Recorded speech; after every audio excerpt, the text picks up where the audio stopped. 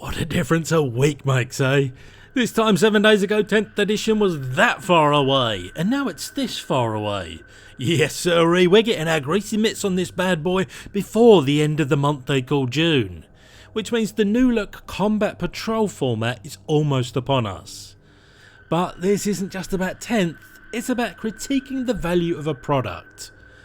For those of you that didn't check out my previous ranking of the absolute worst combat patrol boxes money can buy, well then you should make sure you do so toot sweet if you want the whole picture.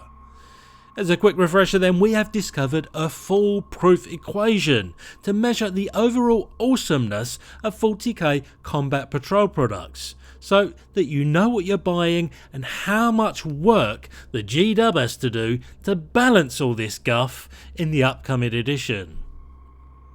That means we're measuring volume of plastic, weighting larger and more intricate models accordingly, assessing how many 9th edition points they bring to the table, and finally a metric that likely won't change in the next edition, the actual savings they bring to your bank balance.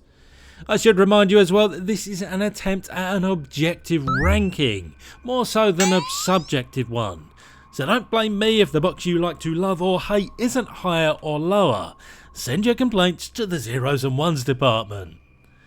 So please join me now as I reveal the above average and the downright winning, whilst counting from 12 to 1 at the same time. For the very worst of the best, you need look no further than this here Eldari collection. Middle of the road in terms of points it may be, but we're definitely seeing a nice all-round collection of spelf goodness. A Farseer is a nice HQ to show off exactly what psychic powers will look like going forward, and a heady unit of rank and file, guardians and 2 boxes worth of wind riders for you to whiz round the battlefield is out to sniff at. You've then got the sort of centrepiece Wraithlord to bring the leetness, and the same nod of approval that falls short of genuine excitement can be pointed towards the model count and the value for that matter. Most assuredly, we are smack bang in the middle of above average here, and I say a polite thank you to the powers that be for this able cross-section of Eldar. Falling just short of the top 10, we find ourselves staring at the newest faction, at least plastic-wise, the Leagues of Votann. This is what a thin product line looks like when it's distilled down to its core. Once again, a unit of 10 Cooper Troopers in the Hearthkin Warriors, and some less swift but more beefy bikes in the Hernkin Pioneers, leaving the mentalists that are the Chthonian Berserks and the Big Daddy Carl to keep you mostly satisfied. The thing is, that points tally on screen is somewhat flattered by the multi-choice capabilities of the HQ sprue. It's pretty much 500 points on the nose if you take the vanilla version of your Warlord. And then there's the fact that it falls one place lower than the Eldar in terms of volume of plastic, and it's only a middling saving to boot. So know you're getting decent power level on the battlefield, and meh pretty much everything else. And because 2 Xenos armies to kick off this half of the list will just not do, we have a third in at numero 10. Here with just 3 letters to their name, T''ow. You can see a theme forging here, right? Everything we've seen so far is at least an attempt at an all-round package, which is to be applauded. 2 HQs is an interesting choice, but not an unwelcome one for a faction that likes to shoot things like a lot. 10 Fire Warriors, thank you very much. Some stealth suits, which are a little bit uninspiring at this breakpoint, but I suspect will be beneficiaries of the balancing in the combat patrol boxes in 10th edition. And then the XV95 is your token combat walker with its particular set of firepower. There are also a bunch of drones in this box, but even with that being said, it's not exactly a mountain of plastic to consume. The savings are not too shabby, but this is 2 entries in a row that are ever so slightly flattered by the points they bring to the table. It's a holy beshizwit moment next though, as the mighty Adeptus Custodes have only managed to garner 9th place in this here list. Yes, you're reading that right. This is not even close to approximately 500 points of Imperial Hardnuts. It is comfortably over 700 points of Golden Ponies. Seriously, how can you go wrong here? A lot of crossover sprues can see you build a Shield Captain and a Vexillus Praetor for all your single model HQ and elite needs. The Custodian Guard are about as tough as troops come, and the Virtus Praetors are like the perfect precision sledgehammer. Trust then the prosecutors to bring us back to the completely ordinary. But what they do bring is more models than the rest of the box combined, so thank the quantity gods for that. It's for that reason alone they're able to hold their own in terms of volume of plastic, and the saving is okay at best. Which, when all said and done, is the reason we're at number 9 and not a great deal higher. At number 8 we have the mighty Death Guard, and their absolutely laughable amount of zombie-like poxwalkers. Seriously, I know some of you are going to hate on this being so high because this fits in with 9th edition like feet fit into gloves. But putting aside the subjective hate, this is a box with a pretty swish named HQ. A stupid, sorry Papa Nurgle, 7 Plague Marines, who to be fair are a complete goat to take down, and a not too bad elite choice in the Biologist Putrefier. But yes, it's the 670 Poxwalkers that are what make this box so divisive. If you like the pox, then go right ahead, this brings them in bucket loads. But just know it's this obscene amount of plastique and a not terrible saving that's propping this little piggy up. What I will say briefly is what I've already said about the Thousand Suns box, is that this is lazy, pure and simple. Still, 10th might flip the script and see people scrambling for the mindless horde like dogs on heat. Rocking in at number 7 though is the mighty Orcses. Harkening back to the previous Xenos entries in this list, we're back to trying to cover all bases. The generic war boss in Mega Armour is here, lots of chaff rank and file to the tune of 20 Orc boys, some fast attack and somewhat bonkers Deathcopters, and a pseudo centrepiece to wrap a little bow on the green-skinned Prezi with the Death Dread. I actually find myself with little to say about this box. It's got plenty of plastic to keep you entertained, and the value on offer is of the decent variety. To be quite honest with you, this is a glorious starting point for someone new to the plant party. You can, put simply, never have enough boys, and whilst this might be 10 shy of what DG and the Poxwalkers brought, you do not care one bit.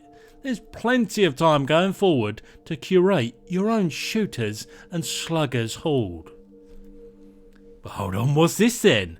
A bloody Space Marine Combat Patrol box that is not absolutely pony? I simply do not believe it.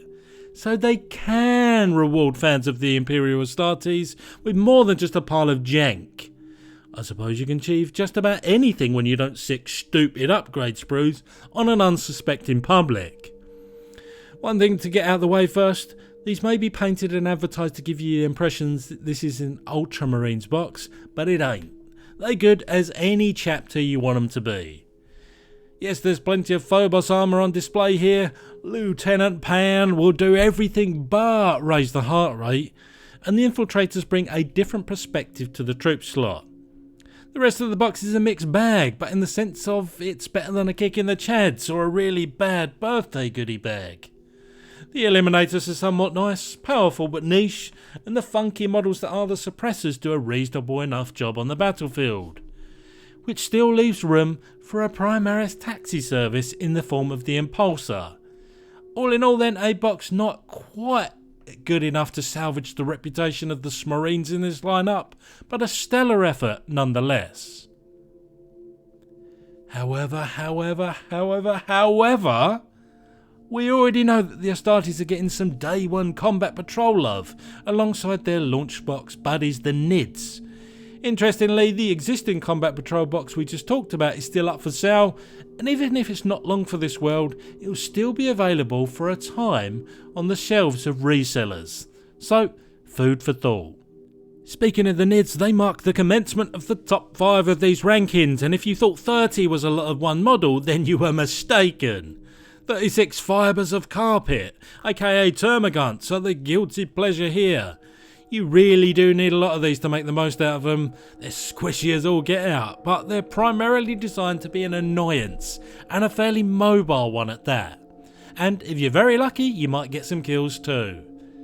The Tyranid warriors bring the ever joyful Synapse to your army, and the Hive Tyrant or Swarm Lord, however you take your cup of coffee, is a very solid all-comers HQ choice for a low breakpoint like this. What you're ultimately getting here is pure weight of plastic, absolutely tons of it, even if you aren't making a ridiculous saving whilst doing so.